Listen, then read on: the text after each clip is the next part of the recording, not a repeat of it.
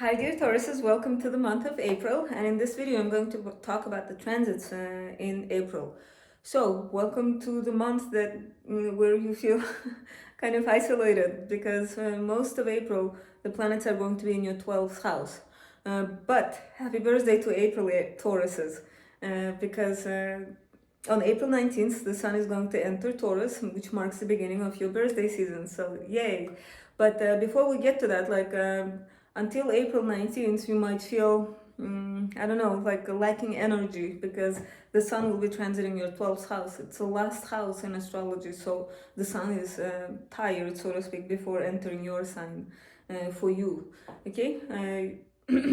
Also, like 12th house themes are like isolation, meditation, looking within, like resting, maybe a sense of loneliness too, or maybe like self-imposed isolation.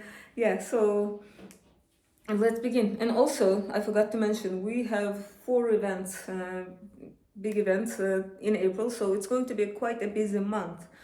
First of all, we have Mercury starting to retrograde in Aries on April 1st, right at the beginning of the month.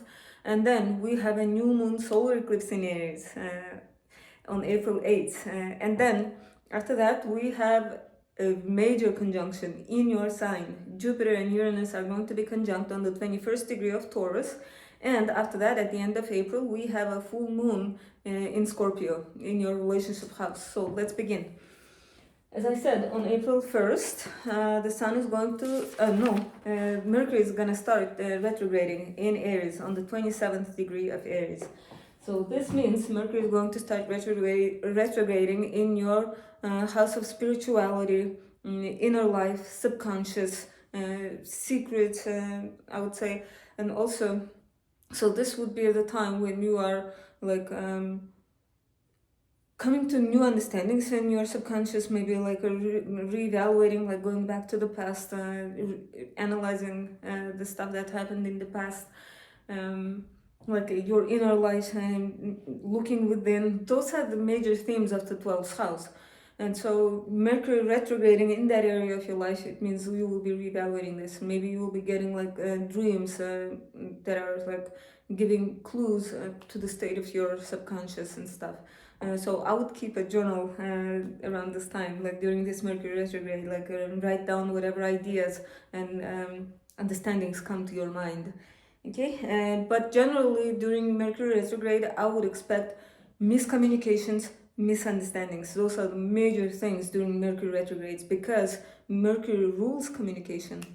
And so, dear Taurus, make sure you are understood, like make sure you say what you are intending to say in a clear way, so that others don't misunderstand you, and you yourself try to understand others, like what they're trying to say, because miscommunications are very much possible. And also, communication might be in the sense that like phone might malfunction, or you might send an email to like I don't know, the wrong recipient, or you might forget to attach the email. Maybe you accidentally tag people who are not supposed to be tagged to the email. So make sure you check your messages twice, okay, in April.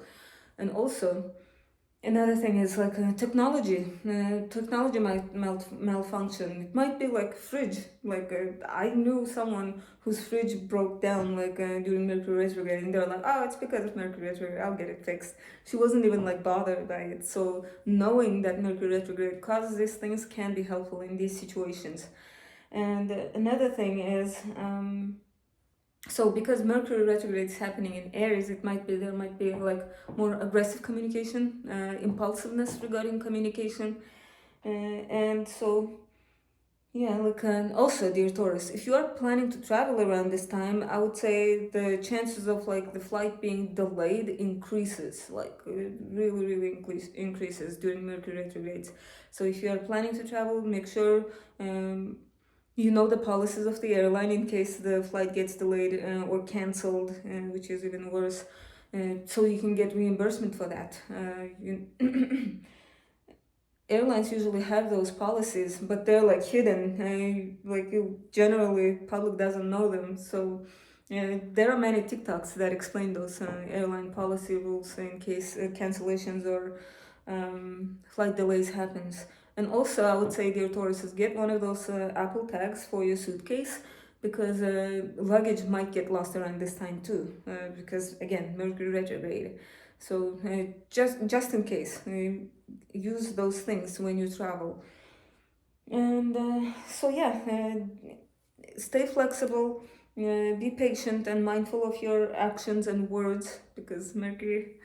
And also, one thing I noticed is like during Mercury retrograde, the chances of getting lost increases. Like especially if you're traveling, getting lost is natural, but like also within your own state or country, the chances increase. Like even when you're using Google Maps and stuff, still getting lost. Like last year during Mercury retrograde, I had a nightmare experience. Like I was getting lost constantly.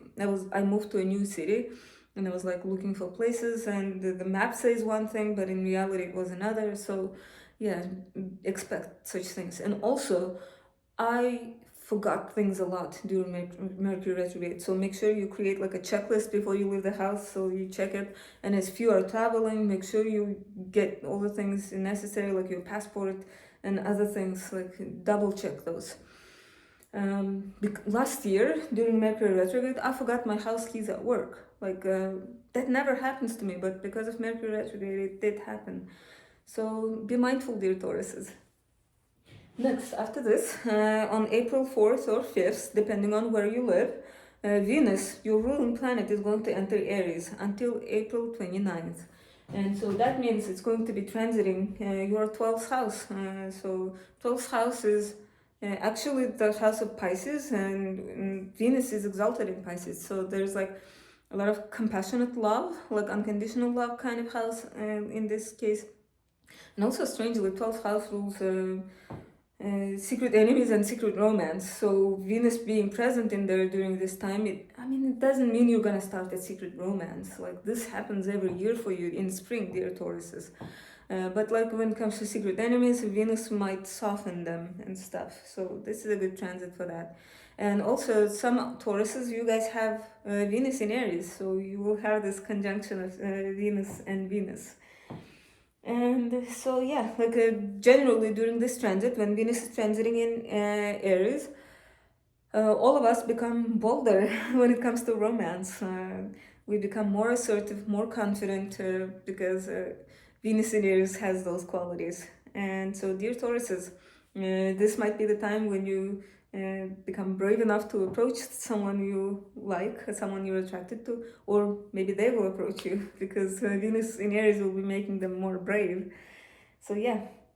And then after that, on April 8th, we have that new moon solar eclipse in Aries in your 12th house. Now, dear Tauruses, 12th house eclipses usually are the times when we feel isolated and lonely. Not necessarily in a bad way, but like if you remember, last year and the year before that, you had eclipses in your first house. So you were experiencing lots of changes, milestones, major milestones. I know a lot of Tauruses who got married, who got promoted. Some Tauruses became viral on the internet and started making more money. So that was like a major period in your life. And now the eclipses have moved to your 12th house. So all of that exhaustion from being on the spotlight, now you have the opportunity to rest, to recharge your batteries. And also, the reason why I'm saying that you might feel lonely around this time is because currently you are experiencing Saturn in the 11th house transit, and that transit can make you, I don't know, more skeptical around friendships. Like you are kind of like reevaluating, restructuring your friendships around this time. Like think of Saturn as like the taskmaster, right? And he's visiting your friendship house, and he's like, okay, this person needs to go. Like this person, like that kind of energy. So coupled with the 12th house solar eclipse, I feel like this is the time when you feel kind of like being more by yourself. Perhaps learning things. For some Tauruses, this might be the time of spiritual awakening, when you become more spiritual, more religious. For some, it might be the time when they travel really far away. For some Taurus, it might be even relocation, because 12th house is moving to faraway land permanently. So if you are thinking about such things, this is a great time for that. Like this is a year for that. And generally, like as I said, this feeling of isolation. When I was experiencing eclipses in my 12th house, I was living abroad in a country where I don't understand anybody. I didn't know the language. And so, yeah, like it added to the sense of like loneliness. But it doesn't mean I wasn't having fun. Like, I read a lot during that period, like really a lot. And also, I was hanging out by myself mostly. Like I was living in Bangkok, so I would just like go places by myself. It felt like an adventure. But yes, the theme of loneliness was very much present. And also another thing is, at the time I was confused about my life direction. So because it's the 12th house energy, 12th house is like Neptunian house, foggy. So at this time you might feel like you're going through a fog, but that's not necessarily bad. This won't last for a long time. um, this year in September you will start having eclipses in your friendship house, so by the end of this year you will be more in a mood to make friends, to network. Okay. And so yeah, I'm going to make a separate video for the solar eclipse. I'm trying to keep this video short. So basically that is the theme. So new moon solar eclipses are all about new beginnings, new energy, especially because this is in Aries, the very first time, so it's very much about new beginnings. And also this is a north node eclipse. North node eclipses are where we take things, accept things. It's not the eclipse where we have to give something away. That would be the south node eclipse. But here we are accepting new opportunities. Okay, and so yeah, another thing, what I was going to say something but I forgot. But okay, maybe hopefully I'll remember. Next, on April 11th, we have Sun conjunct Mercury retrograde in Aries on the 22nd degree of Aries. So this marks a major point in the Mercury retrograde period because Mercury retrograde begins when the Mercury gets kind of like too far away from the Sun, and it's like, oh, oops, we need to go back. So Mercury starts retrograding back towards the Sun. And so here, on April 11th, we have this conjunction. And then Mercury will be behind the Sun after this. So during this conjunction, it means Mercury will be between the Sun and the Earth, so it's like an internal conjunction. When Mercury is direct, Mercury is like on the other side. It's the Sun that is between Mercury and Earth, but now Mercury is between the Sun and Earth. And so this marks this means there will be some clarity, like illumination or like understanding of what this Mercury is trying to like tell you, I guess. Yeah, so clarity, big ideas, passionate speeches. If you think about it, like Hitler had Mercury in Aries, and you remember how like passionately he talked about. I mean, he talked about bad things, but like the passionate speeches, like that's very much Mercury in Aries.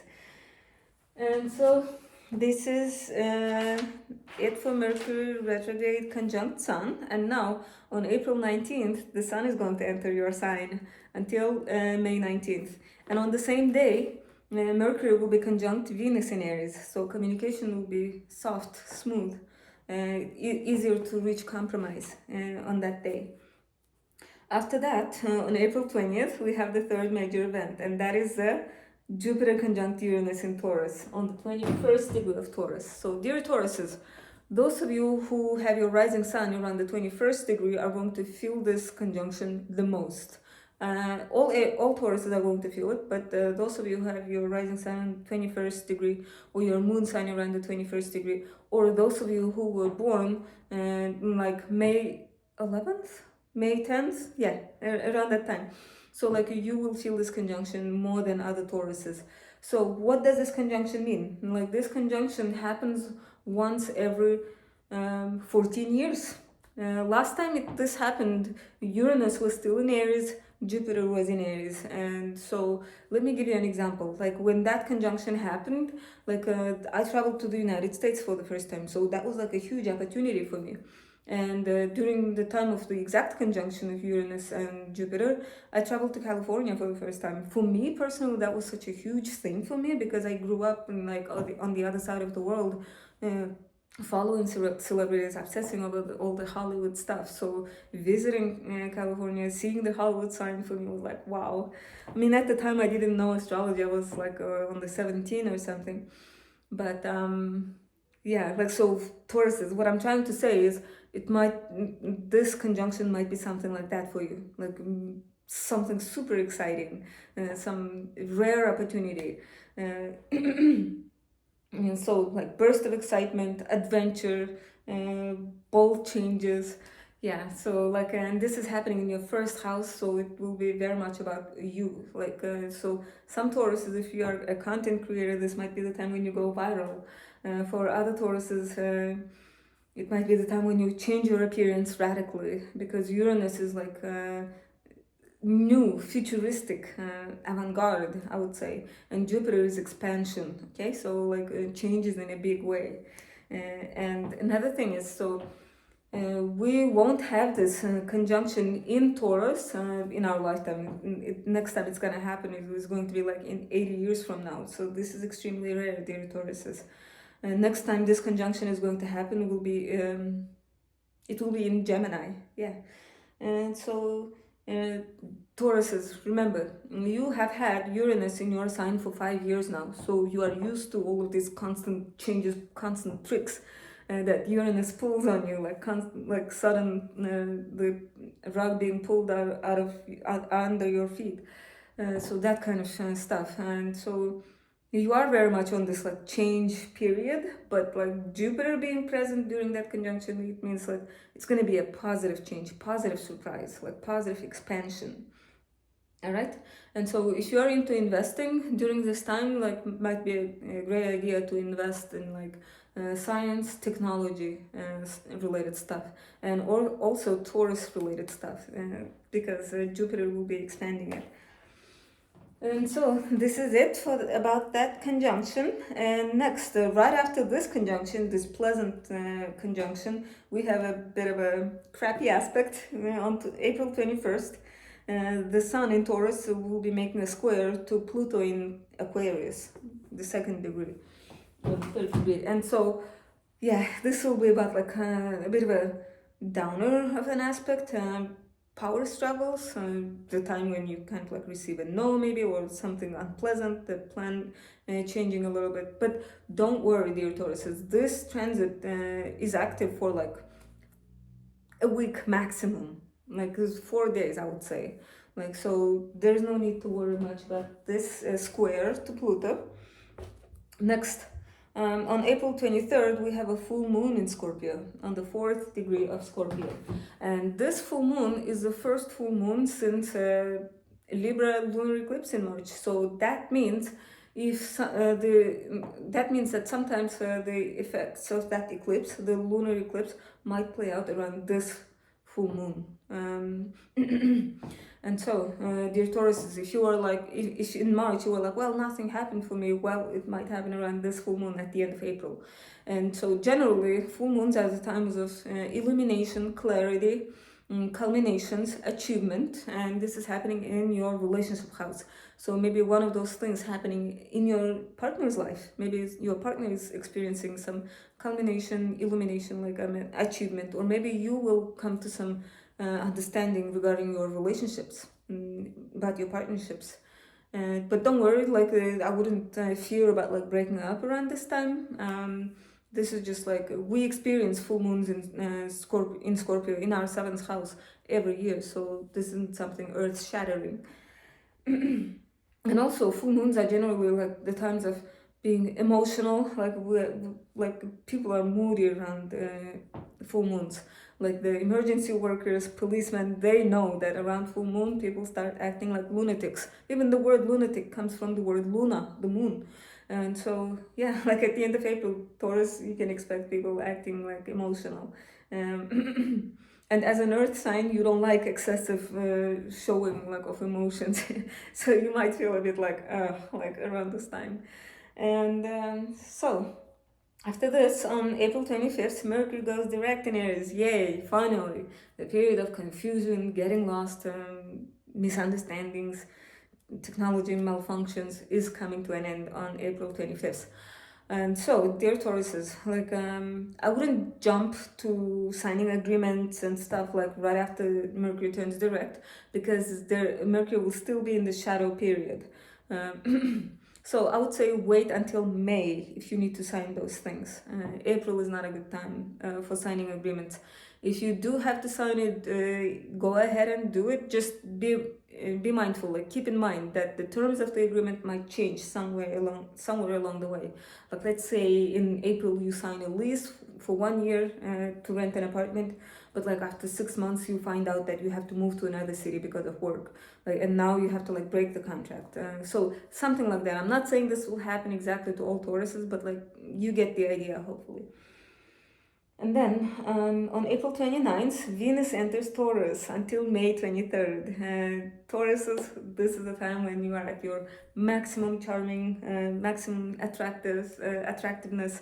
Finances are going well around this time. So when Venus enters Taurus, like do a bit of like spoiling yourself. Go to that spa massage, facial, buy new clothes, because that's definitely Venus. Venus rules fashion, and when Venus is transiting our sign, we tend to buy things that look really good on us. Yeah, so May would be a perfect time for summer clothes shopping and stuff. And what else? And finally, on April 30th, Mars will enter Aries until June 9th. And so Mars in Aries is very strong. Mars is in its own home sign. So you might feel like you might feel a bit more energetic, but at the same time, Mars will be in your 12th house. So like probably energizing your subconscious, um, making your imagination more active, like your dreams a bit more active. Yeah, so dear Tauruses, this is it for the month of April for you guys. Remember, there will be 4 major things happening in April, so it's a quite a busy month. And remember, we are in eclipse season, so don't expect the dust to settle until May. Okay, sometime I would say like mid-May, like we will be back to normal, or I would say we will get used to the new normal by the middle of May. And we are going to have the next eclipse in September, so until September it will be calm, like relatively calm. And so yeah, remember that. So April, most of it is a period of like isolation and looking within, resting. That's the key word, resting. And then when the sun enters your sign, you will feel more energized, like your vitality will come back.